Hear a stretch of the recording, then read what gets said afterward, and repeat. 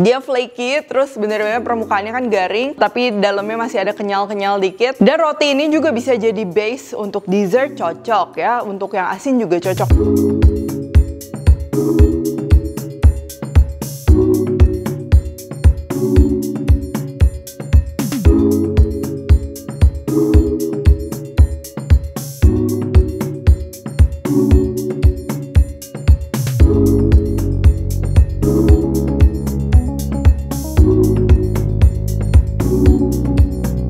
Hai guys, buku resep aku yang bertemakan Indonesian Fusion Food sudah tersedia di seluruh Gramedia dan toko buku Gunung Agung. Kalian juga bisa beli melalui Tokopedia, Shopee, dan Bukalapak dengan keyword Indonesian Fusion Foods.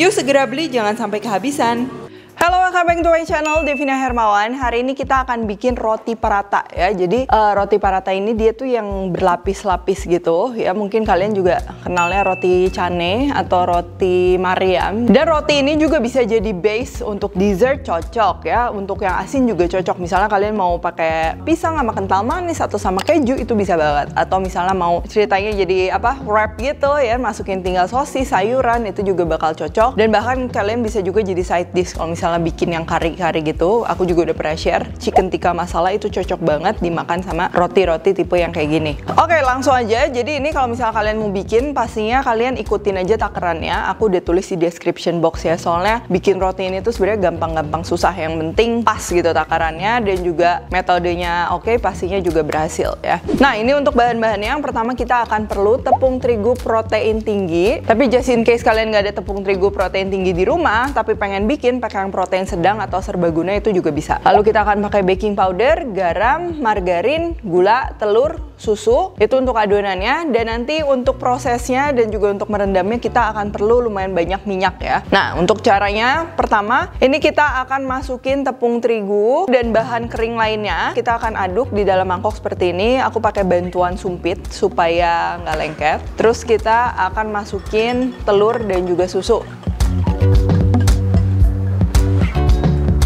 Nah, ini kita masih aduk.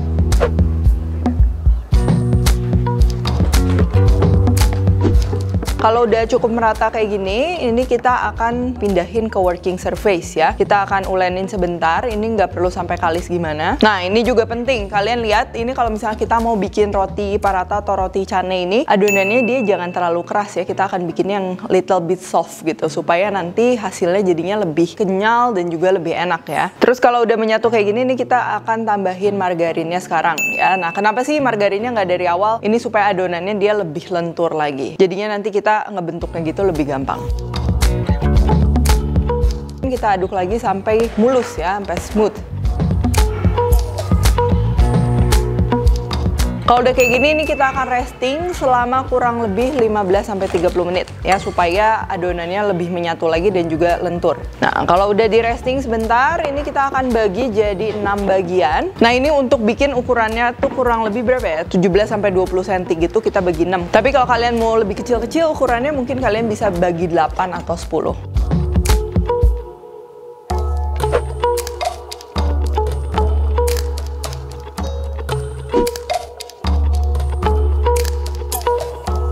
Terus ini kita akan rendam di dalam mangkok yang berisi minyak kayak gini.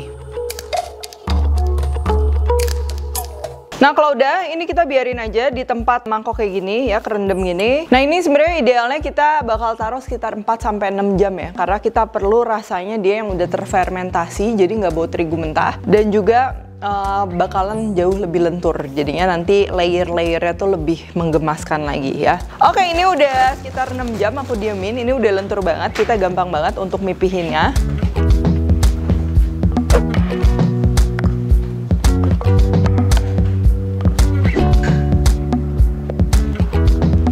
Nah, kalau pipihnya udah sampai setipis kayak gini, nggak usah extremely tipis sih, tapi semakin tipis nanti rotinya tuh bakalan semakin apa ya, berlapis-lapis. Nah, kalau udah tipis kayak gini, kita akan oles dengan minyak atau margarin ya. Kalau aku biasa kalau mau bikin makanan manis, kan kita cocok tuh ya, kita pakai butter atau margarin gitu. Tapi kalau misalnya mau di pairingnya misalnya sama kari gitu, biar nggak terlalu enek gitu, kita cukup pakai minyak goreng aja. Nah, kalau udah gini, ini kita akan taburin sama tepung terigu ya, bolak-balik. Kalau udah, terus kita akan lipat kayak kipas gitu ya, kayak kalau misalnya kita origami bikin kipas gitu. Nah, kita akan bikin kayak gitu. Ini juga kurang lebih sesenti gitu.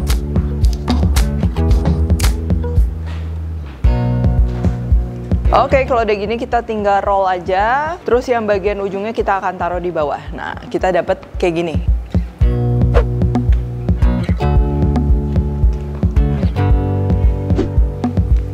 Untuk cara yang kedua, ini kita pipihkan aja secara memanjang, lalu kita akan lipat-lipat, asal aja, dan langsung digulung seperti tadi.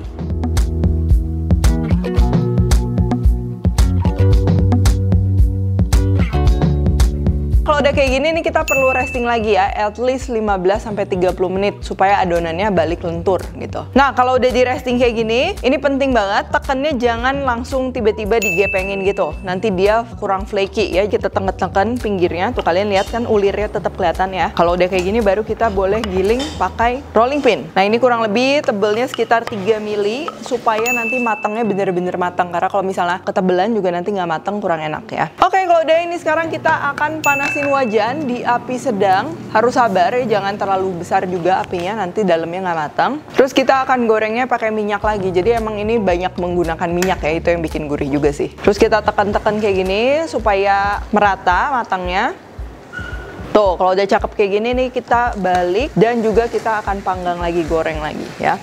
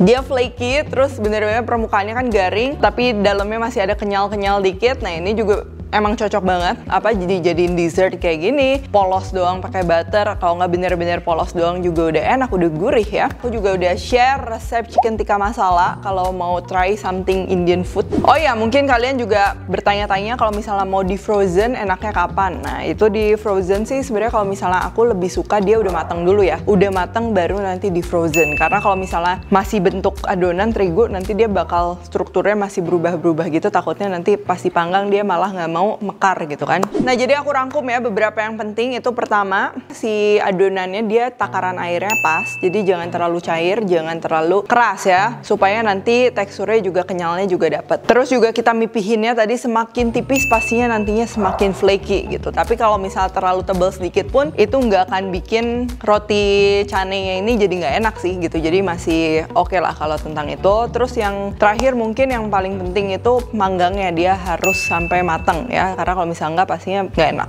gitu. Oke, kalau gitu thank you for watching. Jangan lupa kalau kalian recook, tag ke @devina hermawan @devispantry, like, subscribe, share, komen, dan lain-lain. Stay tune terus and see you in the next video.